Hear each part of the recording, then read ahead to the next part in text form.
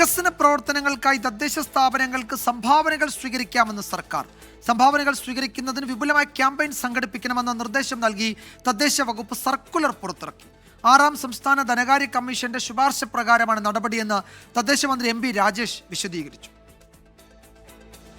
വികസന പ്രവർത്തനങ്ങൾ നടത്താനായി തദ്ദേശ സ്ഥാപനങ്ങൾ നേരിട്ട് സംഭാവനകൾ കണ്ടെത്തണമെന്നാണ് തദ്ദേശ വകുപ്പിന്റെ സർക്കുലർ. വികസന പ്രവർത്തനങ്ങളുടെ വ്യാപ്തി വർദ്ധിപ്പിക്കാനാണ് സംഭാവനകൾ സ്വീകരിക്കേണ്ടത്. വ്യക്തികളിൽ നിന്നോ സ്ഥാപനങ്ങളിൽ നിന്നോ പണമായോ ഭൂമിയായോ സേവനങ്ങളായോ എല്ലാം ഇവ സ്വീകരിക്കാം.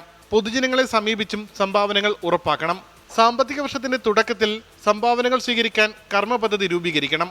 സംഭാവനകൾ സമാഹരിക്കുന്നതിനുള്ള സമഗ്രമായ തന്ത്രങ്ങൾക്കും രൂപം കൊടുക്കണം. ഇതിനായി വിപുലമായ ക്യാമ്പയിനുകളും സംഘടിപ്പിക്കണം. മികച്ച തദ്ദേശ സ്ഥാപനങ്ങളെ തിരഞ്ഞെടുക്കുന്ന മാനദണ്ഡങ്ങളിൽ സംഭാവനകളുടെ സമാഹരണവും ഉപയോഗവും ഒരു സൂചകമായി പരിഗണിക്കുമെന്നും സർക്കുലറിൽ പറയുന്നു.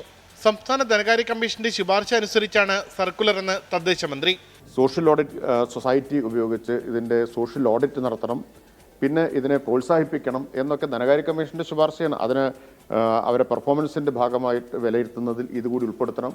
അതെല്ലാം സർക്കാർ ധനകാര്യ കമ്മീഷൻ റിപ്പോർട്ട് സർക്കാർ അംഗീകരിച്ചതല്ലേ. ഓരോ റെക്കമെൻഡേഷനും സർക്കാർ അംഗീകരിച്ചിട്ടുണ്ട്. അതിൻ്റെ മുകളിലുള്ള നടപടി സ്വീകരിക്കാൻ സർക്കാരിന് ഉത്തരവാദിത്തമില്ലേ? ഒരു പ്രത്യേക ആവശ്യത്തിന് സമാഹരിക്കുന്ന സംഭാവന അതേ ആവശ്യത്തിന് മാത്രമായി വിനിയോഗിക്കുന്നുവെന്ന് ഉറപ്പാക്കണമെന്നും തദ്ദേശ സ്വയംഭരണ വകുപ്പിന്റെ സർക്കുലറിൽ പറയുന്നുണ്ട്. 24 തിരുവനന്തപുരം.